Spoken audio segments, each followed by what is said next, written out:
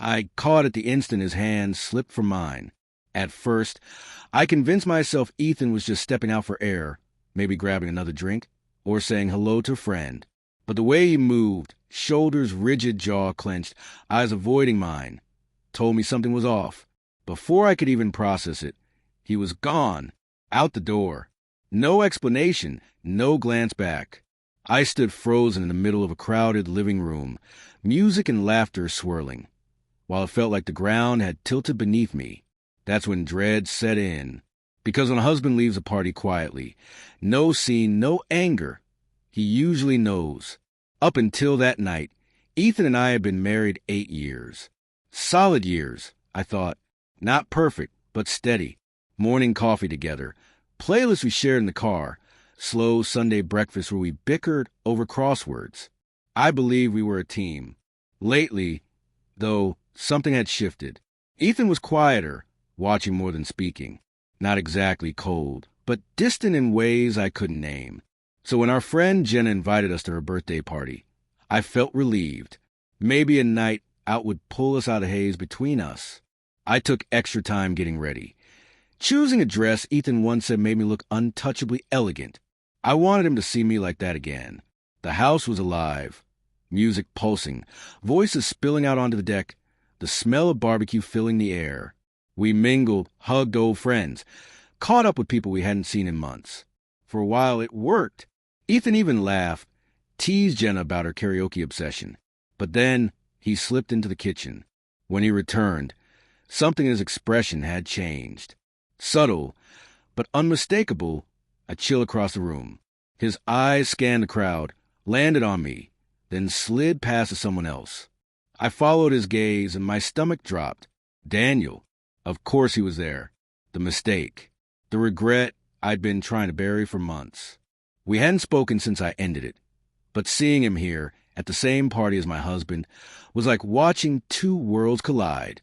Daniel caught my eye and gave a tiny nod, as if acknowledging our secret. That was all it took. Ethan saw it. I knew by the way his body stiffened, by how his glass trembled before he set it down. He didn't need words. He already knew. And then he walked out. I should have gone after him, but my legs wouldn't move. My head spun with excuses I knew would sound hollow. By the time I stumbled outside, Ethan's car was gone. The drive home felt endless, every red light a punishment. My phone buzzed with texts, friends asking about the party, Jenna checking if everything was okay, but nothing from Ethan. When I pulled into the driveway, his car was there. The porch light glowed. Inside, the house was too quiet. Ethan sat at the kitchen table, jacket still on, a half-empty glass of whiskey in front of him. "Ethan," I whispered, voice shaking, "can we talk?" He didn't move. After a long silence, he asked, "Who is he?" My heart pounded. "What do you mean?" His laugh was sharp. "Empty. Don't do that, Claire. Don't insult me." I swallowed hard. It was nothing. It's over. He finally looked at me, eyes blazing. So there was something. The silence that followed was worse than yelling. He didn't smash anything, didn't scream. He just sat there, every ounce of hurt locked in his stare. Somehow, that was worse than rage. I wanted to explain, to tell him it hadn't meant anything, that it was stupid and over before it began. But the words tangled in my throat. "How long?" he asked. 3 months, I whispered. He closed his eyes, as if the number itself was heavy. Was it worth it? No. Tears blurred my vision. It was the biggest mistake of my life. "Funny," he said quietly, "because I thought I was the biggest mistake of your life." For the next 4 days, he barely spoke. He moved into the guest room. The only signs of him were closing doors and the scrape of cutlery at silent dinners.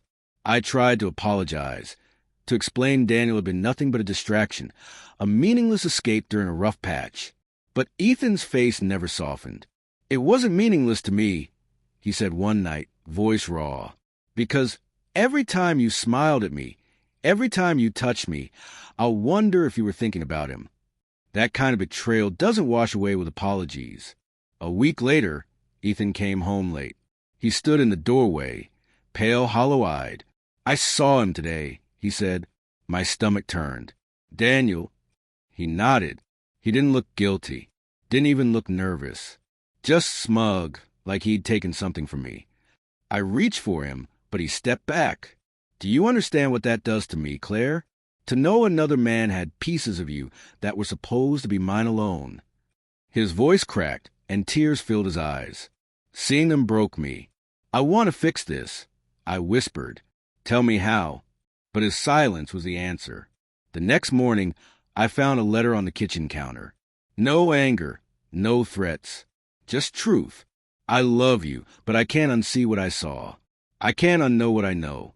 I've been walking through this house like a ghost, and now I realize it's because we're already gone. I don't hate you, Claire, but I don't trust you. And without trust, love is just pain. He packed quietly. No slammed doors, just the sound of zippers, bag shuffling, and finally the soft click of the front door closing. And just like that, he was gone. The party that was supposed to bring us closer had marked the beginning of the end. I replayed it over and over. The moment his hand slipped from mine, the look in his eyes as everything shattered. I didn't lose my husband in an explosion of rage, but in silence. And that silence was louder than anything I'd ever heard. Each night, I sat at the kitchen table where he once confronted me, staring at the empty chair across from mine. The house still carried a scent, fading a little more each day. People say time heals, but some wounds never close. They scar, leaving behind the outline of what you destroyed. I once believed betrayal was a lapse in judgment, something I could bury. But Ethan showed me the truth in the quiet way he left. Betrayal isn't about the act. It's about what it breaks. And some breaks can never be repaired.